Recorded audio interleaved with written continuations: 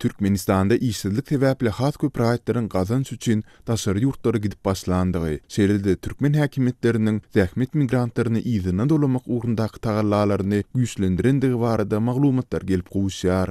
Azatlyk radiosu bilen söhbetdeş bolan türkmenistanlylar soňky döwür ýurtda iş saatlarynyň köpçülikli ýagdaýda kemildilmegi netijesinde eklenç gözleginde daşary ýurtlara gitmek isleýän raýatlaryň hasda köpelendigini aýdarlar.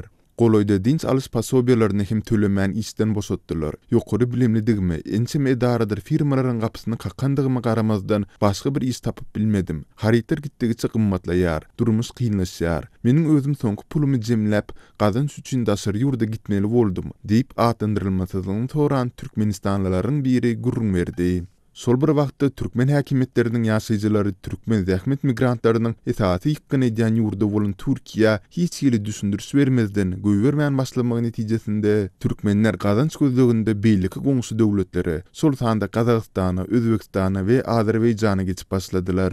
Ýatlatsak ýakynda Azatlyk radiosyna gowşan bir videoda Türkiýa uçmaly onurça Türkmenistanlynyň ýurtdan göýberilmändigini, munyň hem gahar gazap döredendigini siňnasa bolýar.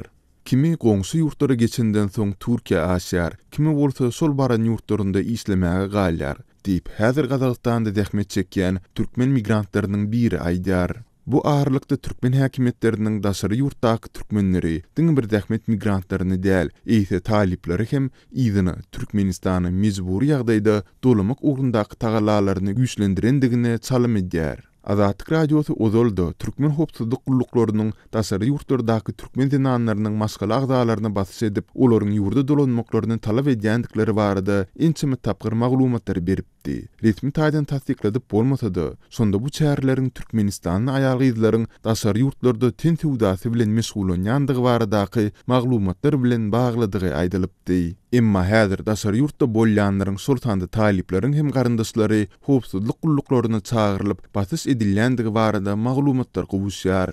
Ýakynda yerli polisiýa idarasyna çağırıp Russiýada okuyan oglun jigimiň ýzyna dolanmagyny talap etdiler. Ol hamana watanyň öňündäki borjuny berja etmelimiş. Garaz egerde ýzyna dolanyp gulluga gitmese, onuň dezertir hukmynda suç jogapkärçiligine çekiljekdigini aýtdylar, diýip marly ýaşaýjylaryň biri gurrun berdi. Sol bir wagtda eýam gulluk borjuny bitirip daşary ýurda okumaga gitmekçi bolýan türkmenlerden hem daşary ýurtda işlemäge däldi, diňe okuwa gidýändigi barada hem dilhatynyň alynýandygy aýdylýar. Dilhatyny ýazdyryp okuw ýyly tamamlanan destine, ýagny 9 aýdan soň ýurda gelmelidigime aýdarlar. Bärde köp türkmenler her edip hisip edip ýzyna dolanmajak bolýarlar. Käbirleri okuyandygy barada galp resmi namalary hem oňorýarlar. Olaryň ýagdaýyny hem düşünmeli. Ýzyna dolanyny bilende aljak galasy ýok olaryň, diýip häzir Kazakstanda bilim alýan türkmen talipleriniň biri aýdýar.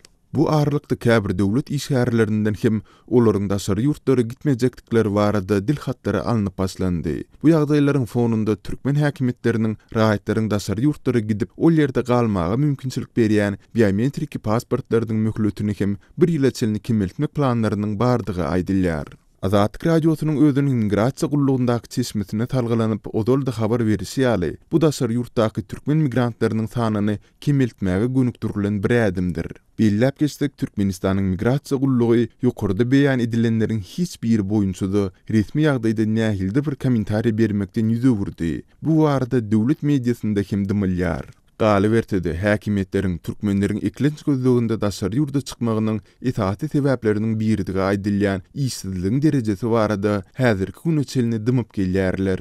Ýöne Azatlyk radiosynyň türkmen hökümetindäki çeşmeleri geçen ýyl bu görkezijiniň 60% deňdigini mälim edipdiler. Bellimeli ýeri. Bu maglumatdan bäri ýurtda dowam edýän ykdysady krizisiň çäklerinde türli pudoklarda müňlerçe iş orunlary kemeldildi.